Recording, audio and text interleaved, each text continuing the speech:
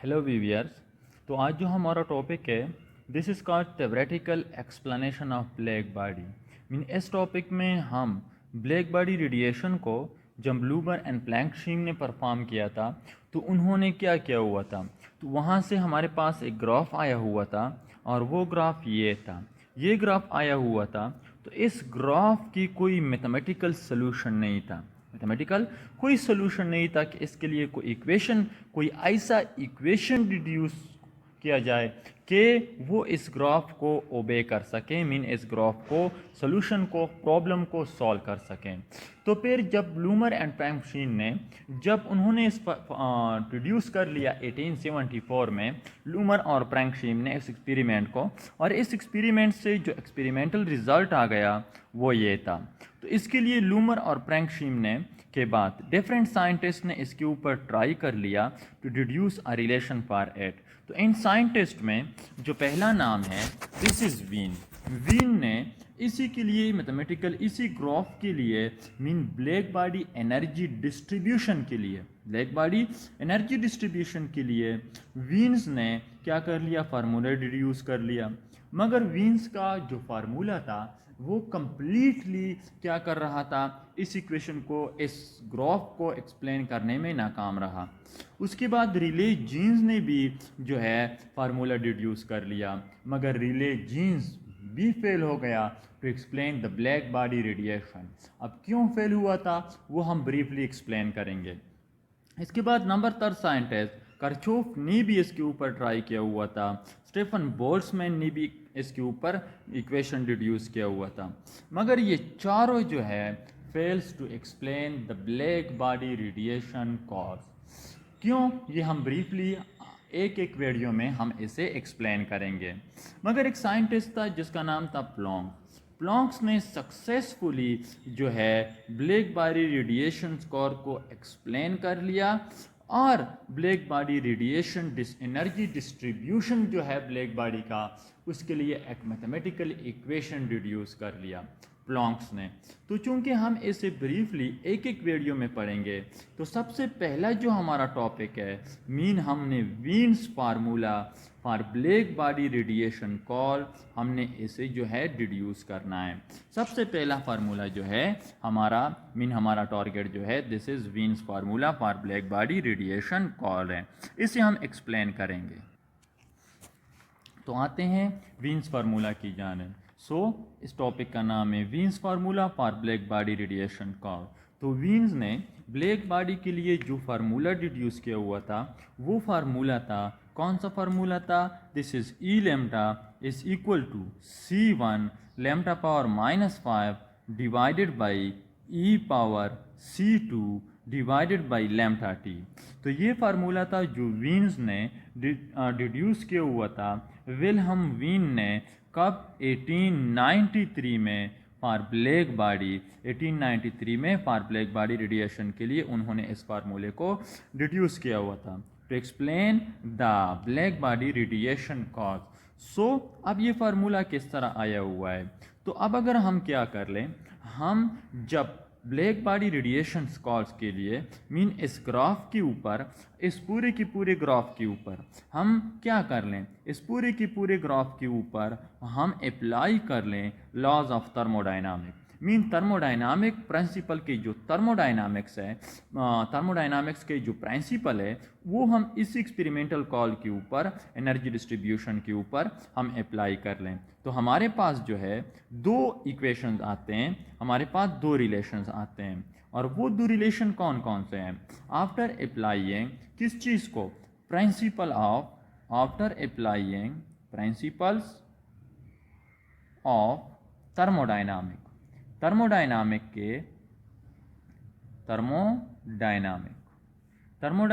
के प्रिंसिपल्स जो है वो अप्लाई करने के बाद हमारे पास दो रिलेशन आते हैं, किस चीज़ के ऊपर, ब्लैक बॉडी रेडिएशन कॉल के ऊपर। तो सबसे पहला जो हमारे पास रिलेशन आता है this is lambda M T is equal to constant.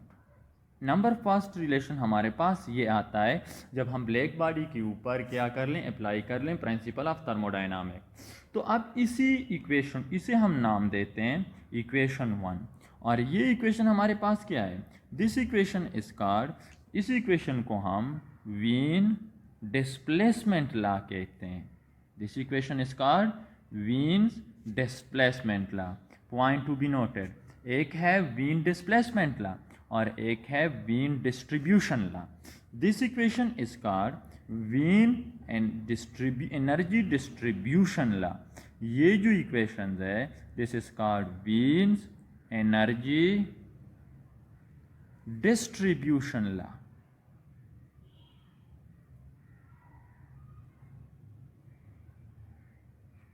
और ये जो इक्वेशन है this is called Wien displacement law. तो इस इक्वेशन का मतलब है कि जो लेम्टा एम है, lambda M is the corresponding wavelength है जिसके ऊपर एमएसओ पावर क्या है, mean E lambda is called MSO power. E lambda को हम एमएसओ पावर कहते हैं। ये वो पावर है जो एक ब्लैक बॉडी एमिट करता है ऑन हीटिंग। तो ये इसकी जो वैल्यू होती है this is maximum, mean lambda M, जब लैम्डा एम के ऊपर जो ई लैम्डा है this approaches to maximum value को अप्रोच करता है। कब, जब टेम्परेचर T हो आपके पास, मीन एब्सोल्यूट टेम्परेचर हो आपके पास। सो ये फिर लैम्डा एम के ऊपर ई लैम्डा मैक्सिमम होती है। ई लैम्डा क्या होती है, मैक्सिमम होती है। तो ये आपके पास एक हो गया। तो इसमें जो कांस्टेंट है दिस कांस्टेंट इज कॉल्ड, इस कांस्टेंट को हम क्या कहते हैं, this constant is called Wien constant. इस कांस्टेंट को हम वीन कांस्टेंट कहते हैं, वीन्स कांस्टेंट हम इसे कहते हैं। और इसी वीन कांस्टेंट जो है, इसके बाद जो सेकंड हमारे पास रिलेशन है वो क्या है, दो रिलेशन हमारे पास है। सेकंड हमारे पास रिलेशन है that E M T is equal to constant, ये भी कांस्टेंट के इक्वल है। तो यहाँ पे जो कांस्टेंट है उसकी वैल्यू क्या है, the value of that constant is equal to 0.2896 K. This is also called Wien displacement constant. इसी को हम वीन डिस्प्लेसमेंट कांस्टेंट कहते हैं। This is also called Wien displacement constant, इसी को हम वीन डिस्प्लेसमेंट कांस्टेंट कहते हैं। सो ये हमारे पास बन गया equation 2। This is called equation 2, ये हमारे पास इक्वेशन 2 है। तो ई एम टी पावर -5, तो ये दो इक्वेशन हमारे पास आ गए। पहला नंबर पे इक्वेशन क्या था, पहला जो इक्वेशन था this is lambda M T is equal to constant, ये पहला हमारे पास इक्वेशन था। और ये दूसरा इक्वेशन है, ये कब आता है, जब हम थर्मोडायनामिक के प्रिंसिपल को ब्लैक बॉडी रेडिएशन कॉल के ऊपर अप्लाई कर लें। सो अब हम क्या करेंगे, अब हम ब्लैक बॉडी रेडिएशन को इक्वेशन को रिड्यूस करने के लिए हम करेंगे दैट कंबाइनिंग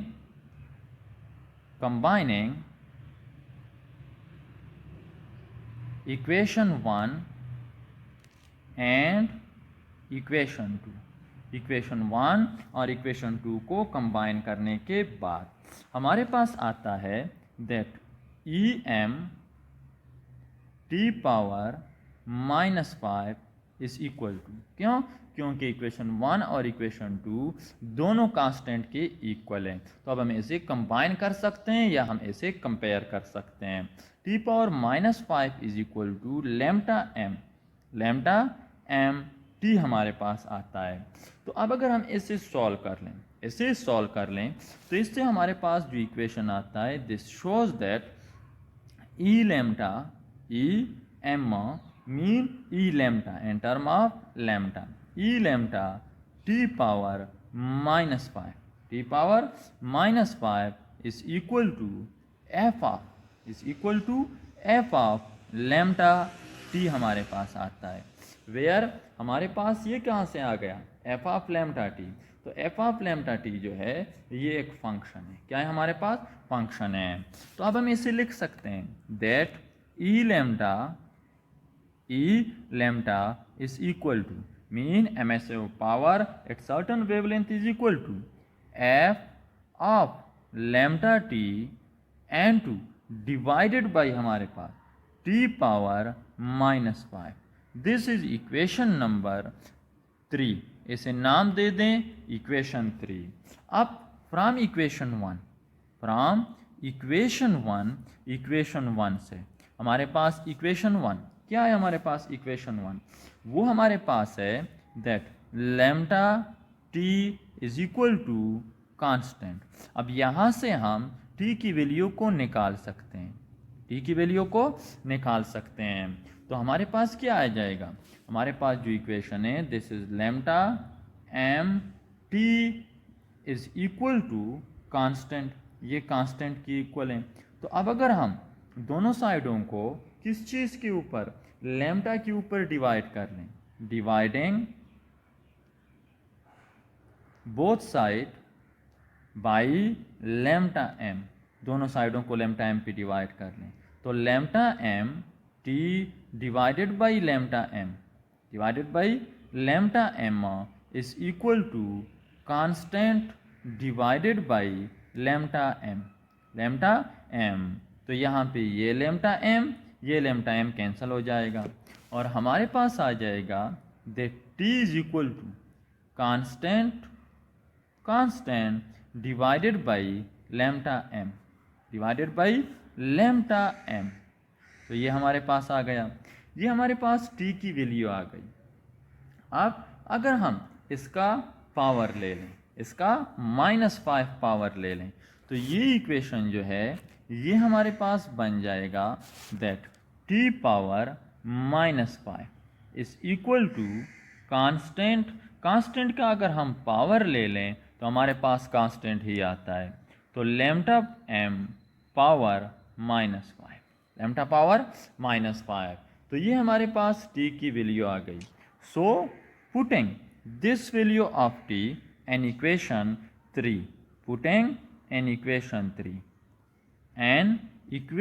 3, इसी इक्वेशन 3 में पुट कर लें। हमारे पास इक्वेशन 3 क्या है? ये हमारे पास इक्वेशन 3 है that E lambda is equal to F of lambda T power -5। तो इसी टी पावर माइनस की जगह पे क्या पुट कर लें? टी पावर -5 की वैल्यू पुट कर लें, तो हमारे पास आ जाएगा इक्वेशन, हमारे पास इक्वेशन क्या है? E lambda is equal to F of lambda T divided by T की जगह पे वैल्यू पुट कर लें, तो constant divided by lambda M power -5। हमने क्या कर लिया? हमने जो है इसकी वैल्यू पुट कर ली, टी पावर -5 की वैल्यू पुट कर ली। तो अब ये इक्वेशन हमारे पास बन जाएगा दैट ई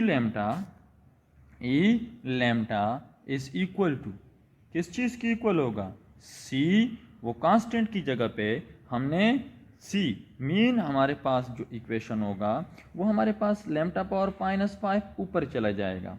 तो हमारे पास इस फॉर्म में अगर हम इसे ब्रीफली सॉल्व कर लें तो हमारे पास आता है lambda power -5 F of lambda T divided by constant, या इसे हम लिख सकते हैं that 1 divided by constant is equal to 1 divided by constant and to lambda power -5 F of lambda T, ये आ जाएगा। अब ये 1 ओवर कांस्टेंट जो है ये किस चीज़ की इक्वल होगा?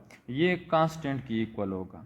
मीन कांस्टेंट 1 को अगर हम कांस्टेंट के ऊपर डिवाइड कर लेंगे तो कांस्टेंट ही आएगा, तो इसकी जगह पे हम एक कांस्टेंट पुट करते हैं which is equal to C, जो सी की इक्वल है। सो इसी कांस्टेंट 1 ओवर कांस्टेंट की वैल्यू पुट कर लें, तो हमारे पास आ जाएगा that E lambda is equal to C and to lambda power -5 F of lambda T, हमारे पास ये टर्म आ जाएगा एफ ऑफ लैम्डा टी। तो इसे नाम दे दें equation 4। This is a equation 4 हमारे पास। सो अब अगर हम सम पॉसिबल अजम्पशन कर लें, mean by making some possible assumption,